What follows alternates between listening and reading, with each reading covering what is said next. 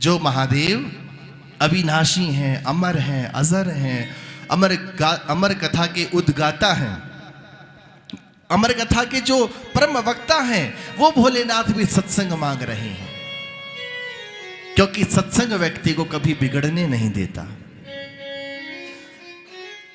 सत्संग व्यक्ति को संभाले रहता है। जैसे एक होता है जूता, एक होती चप्पल।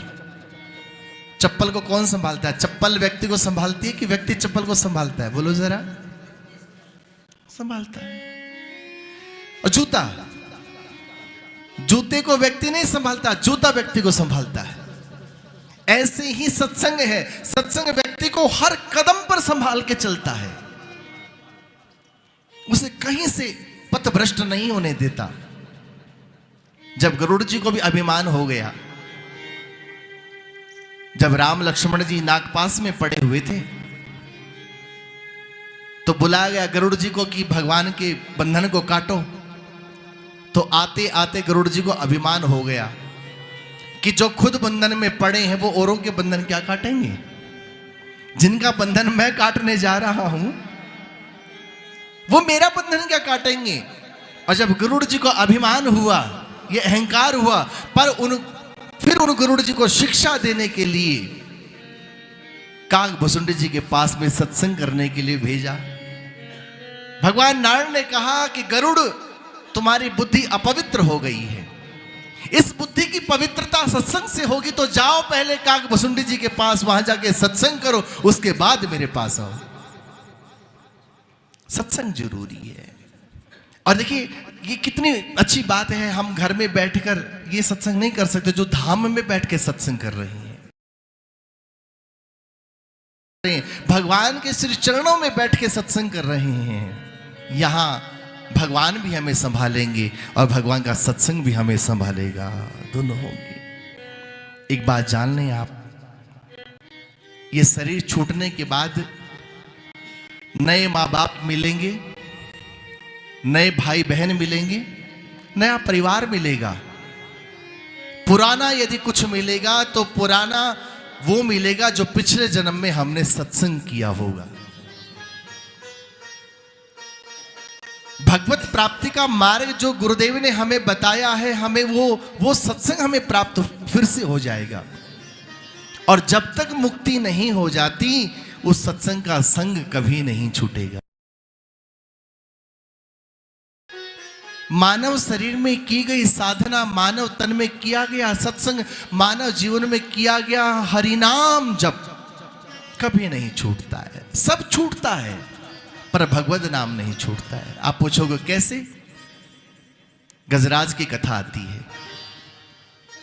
उस गजराज ने जब सरोवर में स्नान किया तो उस गज के पैर को एक मगर ने पकड़ लिया। उसकी पत्नियां छोड़ के चली गई, उसके बच्चे छोड़ के चले गए। और ये होता है, जब भी आप संकट में होंगे सबसे पहले आपके साथी आपसे दूर होंगे, सबसे पहले वो आपको छोड़ के जाएंगे। एक बार हो सकता है दूर वाला पास आ जाए, लेकिन जो सबसे करीब होगा वो सबसे पहले दूर होगा। पत्नियां छोड़ गई, बच्चे छोड़ गए, वो हाथी डूबने लगा। उस मगर ने हाथी के पैर में दांत मार करके छिद्र कर दिया, उस छिद्र से सारा रक्त पी लिया। वो हाथी निर्बल हो गया, दुर्बल हो गया। तब उस हाथी ने भगवान को पुकारा।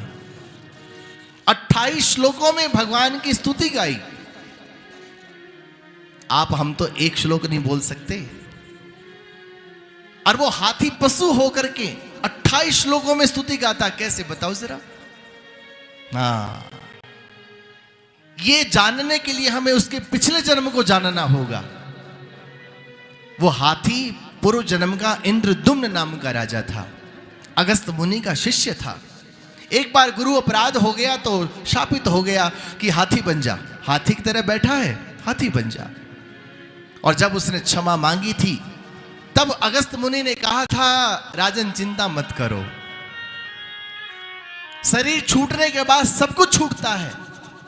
ये शरीर किसी भी योनि में जाए, पशु बने, गधा बने, सूकर बने, मकड़ी बने, मछली बने, कीड़ा बने, मकोड़ा बने, कुछ भी बने, यदि मानव जीवन में सत्संग किया है तो किसी भी योनि में जाएगा, उसे सत्संग फिर से प्राप्त हो जाएगा, फिर से प्राप्त हो जाएगा। और उस वो हाथी जो इंद्रद्युम्न नाम का राजा था, प्रतिदिन गुरु चरणों में बैठकर मोक्ष बंधन का स्तोत्र का पाठ करता था। बाद में उसको गजेंद्र मोक्ष कहा गया।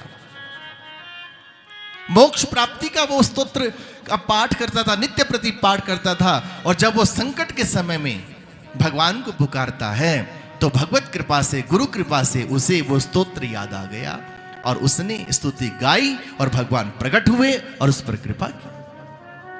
ये कथा हमें संदेश देती है कि जीवन में कितना भी सत्संग किया हो, थोड़ा किया, ज्यादा किया हो, उसकी कोई क्वांटिटी का मतलब नहीं है, पर बस किया होना चाहिए। तुम्हें सत्संग का एक बार रंग लगना चाहिए बस। और फिर देखिए आप कि आपको सत्संग कभी नहीं छोड़ेगा।